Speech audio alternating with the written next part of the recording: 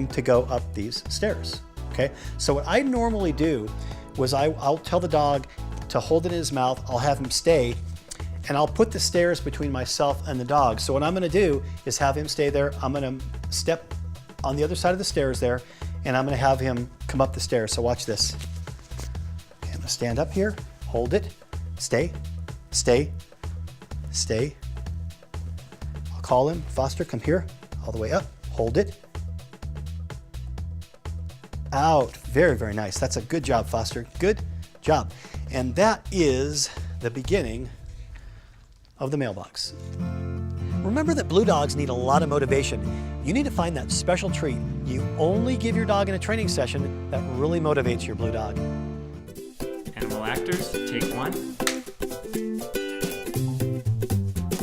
As a Hollywood animal trainer with nearly 40 years of experience, Jim Brockett is quite unique in that many of the animals that he has applied to some of your favorite motion pictures are far from your everyday house cat or dog. Jim works with snakes, bugs, and a variety of other critters. Okay, this week we're with Jim Brockett again, and we're going to be talking about spiders and bugs and working these animals on the set and things. A lot of people don't realize that people call you for critters like this. What's this guy? This is called a giant cockroach from the Amazon, called a cave cockroach. It's one of the biggest of the cockroach species, but they've been around for millions of years, and they'll probably be around millions of years after we're gone. And this is the largest of all the cockroaches. Yes, it is. It's certainly the longest. There's a couple from Australia that probably weigh more, but this is certainly the longest.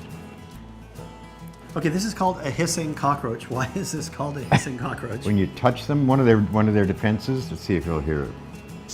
Oh yeah. They make that little hissing sound, and what that does is a lot of times if a predator grabs them, just that hiss, that quick noise, will startle whatever's trying to eat them, and they'll drop it for a second. It gives them a chance to get away. Where does that sound come from?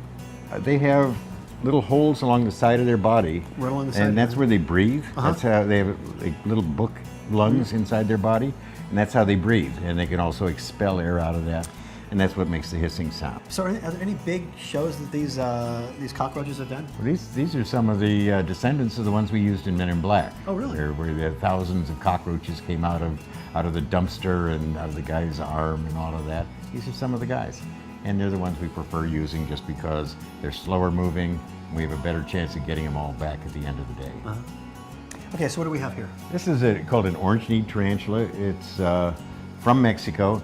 It's one of the couple of species that we use a lot with actors and that. It's very gentle. It doesn't try and bite, though all of the tarantulas do have really huge fangs. They don't have a really strong venom. The orange-kneed tarantula hardly ever tries to bite. Its main defense is it throws hairs off of its butt that'll just make you itch like crazy. So if somebody sees one of these working in a movie or commercial, chances are they're probably going to have the orange knees, possibly? The orange knees, or another one I'll bring out in a second called a pink-toed tarantula. But for like movies, if you want to see the spider, for example, going A to B, which is a lot of times what people ask, they want to see the spider come out from behind something or just magically appear. What we do is we blow a little air on them, and let me show you. You just blow a little air on them. Oh yeah, And definitely, yeah. Everyone thinks it's amazing that I've trained a spider. Now this is a little different looking than the one we just had out. Yeah, this is called a pink-toed tarantula, and they're from South America. But one of the things with them is that they do have toe pads on their toes, and they're one of the few spiders that actually can live with other spiders. They can climb vertical surfaces. We use these a lot around actors where they want to see a spider on somebody.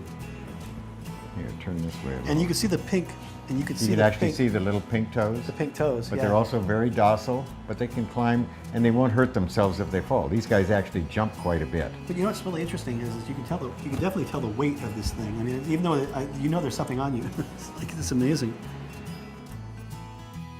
So this is a pink-toed. Pink-toe tarantula. This particular kind is called an emperor scorpion. It's very docile, and it's one we use a lot for films.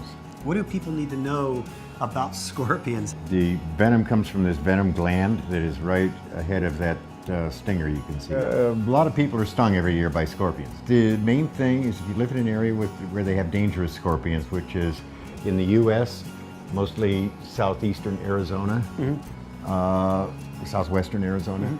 But it just make sure you shake your shoes out in the morning. That's where they're going to be hiding, is in dark, cool places.